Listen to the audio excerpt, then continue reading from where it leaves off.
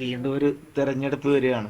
ലക്ഷ്യം എന്നുള്ള പേരിൽ ഇപ്പോൾ കോൺഗ്രസ് 2 ദിവസത്തെ ക്യാമ്പൊക്കെ കഴിഞ്ഞ അവർ പ്രവർത്തനങ്ങളിലേക്ക് കടക്കുകയാണ്. 100 സീറ്റ് കേരളത്തിൽ നേടുക, അധികാരത്തിൽ കയറുക എന്നതാണ് കോൺഗ്രസിന്റെ ഒരു ലക്ഷ്യമായിട്ട് അവർ വെക്കുന്ന ഈ ലക്ഷ്യം. അപ്പോൾ 100 സീറ്റാണല്ലോ അവർ പറയുന്നത്. അതിൻ്റെ അർത്ഥം 40 സീറ്റ് ഞങ്ങൾക്ക് എന്നല്ലേ?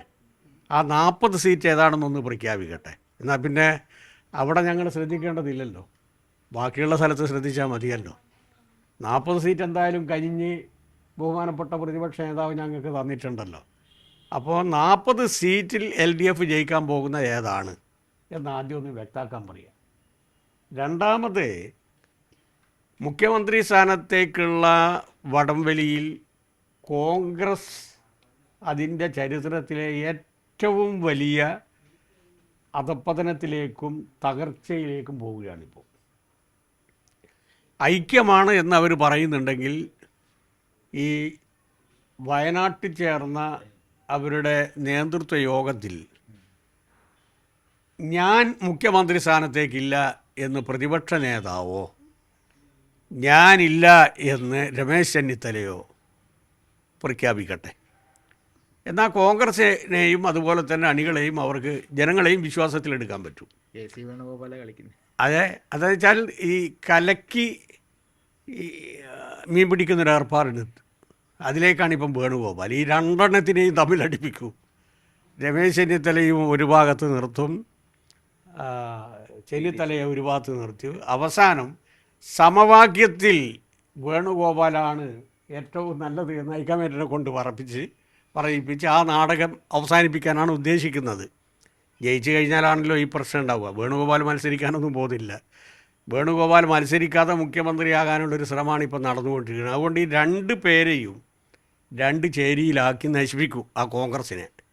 അഖിലേന്ത്യാ നേതാവ് വേണുഗോപാൽ അവസാനം ഇതായിരിക്കും കളിക്കുക. ഇതിൽ നിങ്ങൾ മനസ്സിലാക്കേണ്ടത് 100 സീറ്റോടുകൂടി അധികാരത്തിൽ വന്ന AK ആൻ്റണിയെ പുകച്ച് ചാടിച്ചു ഇവർ, മുസ്ലിം ലീഗിനെ പിടിച്ചിട്ട്. ഓർമ്മ ഉണ്ടോ?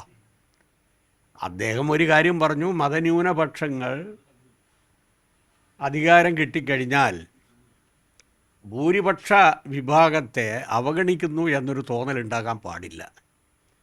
മാത്രവുമല്ല, പല രൂപത്തിലും മതന്യൂനപക്ഷത്തിൻ്റെ പേര് പറഞ്ഞുകൊണ്ട് മുസ്ലിം ലീഗ് ചില കാര്യങ്ങൾ സമ്മർദ്ദം ഉപയോഗിച്ച് നേടിയെടുക്കുന്നുണ്ട്. അത് AK ആൻ്റണി പറഞ്ഞ കാര്യമാണ് ഞാനീ പറയുന്നത്. അദ്ദേഹത്തെ പുകച്ച് ചാടിച്ചു എന്ന് മാത്രമല്ല, എയർപോർട്ടിൽ വെച്ചാണ് രാജിക്കത്ത് എഴുതി വാങ്ങി. അതിൻ്റെ പിന്നിൽ ലീഗായിരുന്നു. ഓർമ്മ ഉണ്ടെങ്കിൽ ഒരു ചരിത്രം അത്. ഈ കഴിഞ്ഞ തെരഞ്ഞെടുപ്പിൽ പ്രതിപക്ഷ നേതാവാണ് ഞാൻ എന്ന് രമേശ് ചെന്നിത്തല പാടി നടന്നതാണ്. മുഖ്യമന്ത്രി അല്ലെങ്കിൽ മുഖ്യമന്ത്രിയാകാൻ ആഗ്രഹം എനിക്കുണ്ട്, മോഹമുണ്ട്, അത് തെറ്റല്ല എന്നൊക്കെ അദ്ദേഹം പറഞ്ഞു. അവസാനം നിയമസാമാജികന്മാരിൽ ഭൂരിപക്ഷം രമേശ് ചെന്നിത്തലക്ക് ഉണ്ടായിട്ട് പോലും അദ്ദേഹത്തെ ചതിച്ചു. ഹൈക്കമാൻഡ് നേരിട്ടിടപെട്ടു. അതിൻ്റെ പിന്നിലും ആരാണ് എന്നുള്ളത് എല്ലാവർക്കും അറിയാം. ഞാനീ പറയുന്നതൊന്നും ഒരു കളവുമല്ല. അവസാനം രമേശ് ചെന്നിത്തല പറഞ്ഞൊരു കാര്യം, പത്രക്കാരോട് പറഞ്ഞ കാര്യം, ഈ നാടകം ഇങ്ങനെ കളിക്കേണ്ടതുണ്ടായിരുന്നില്ലല്ലോ, എന്നോട് നേരിട്ട് പറഞ്ഞാൽ മതിയായിരുന്നല്ലോ. ഇതൊരു നാടകം. മറ്റൊരു നാടകം, ഉമ്മൻചാണ്ടിയുടെ ഭരണകാലത്ത് ഒരു വലിയ വിവാദമായൊരു പരാമർശം NSSൻ്റെ ജനറൽ സെക്രട്ടറി നടത്തിയിരുന്നു. താക്കോൽ സ്ഥാനം ഞങ്ങളുടെ സമുദായത്തിലുള്ള ഒരാൾക്ക് വേണമെന്ന്. അത് രമേശ് ചെന്നിത്തലയെ ഉദ്ദേശം വെച്ചുകൊണ്ടാണ്. ആ ഒറ്റ കാരണത്താൽ 1.5 വർഷം മന്ത്രിസ്ഥാനത്തേക്കുള്ള രമേശ് ചെന്നിത്തലയുടെ ആഗ്രഹം ഇല്ലാതായി. അവസാനം രമേശ് ചെന്നിത്തല പറഞ്ഞു, പത്രക്കാരോട് പറഞ്ഞു, എൻ്റെ വഴി ഞാൻ നോക്കാം, ഉമ്മൻചാണ്ടിൻ്റെ വഴി ഉമ്മൻചാണ്ടി നോക്കട്ടെ. അങ്ങനെ ഒരു പൊട്ടിത്തെറിയുടെ വക്കിലെത്തിയ സമയത്താണ് അവസാനം ആഭ്യന്തരം കൊടുത്തത്. ഓർമ്മ ഉണ്ടോ?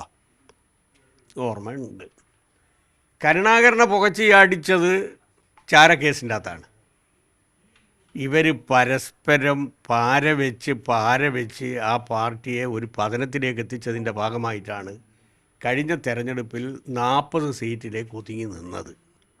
BN സുധീരനെ മൂലക്കിരുത്തി, മുല്ലപ്പള്ളിയെയും മൂലക്കിരുത്തി. ഇപ്പോൾ രണ്ടാളെയും പൊടിയൊക്കെ മുട്ടി നല്ല കതറിൻ്റെ ഷർട്ടൊക്കെ കൊടുത്ത് രംഗത്തിറക്കാൻ വേണ്ടി ശ്രമിക്കുന്നുണ്ട് എന്നാണ് കേൾക്കുന്നത്. എന്തോ ആയിക്കോട്ടെ, അവരുടെ അഭ്യന്തര കാര്യം. പക്ഷേ ജമ്മത്തിൽ ഞാൻ ഉറപ്പിച്ച് പറയാം, ഇടതുപക്ഷ ജനാധിപത്യ മുന്നണിയുടെ മൂന്നാം വരവിനെ ഇവരാര് വിചാരിച്ചാലും തടയാൻ കഴിയില്ല. ഇടതുപക്ഷ ജനാധിപത്യ മുന്നണി തന്നെ അധികാരത്തിൽ വരും. അതിന് ശക്തമായിട്ടുള്ള നേതൃത്വവും ഉണ്ടാവും.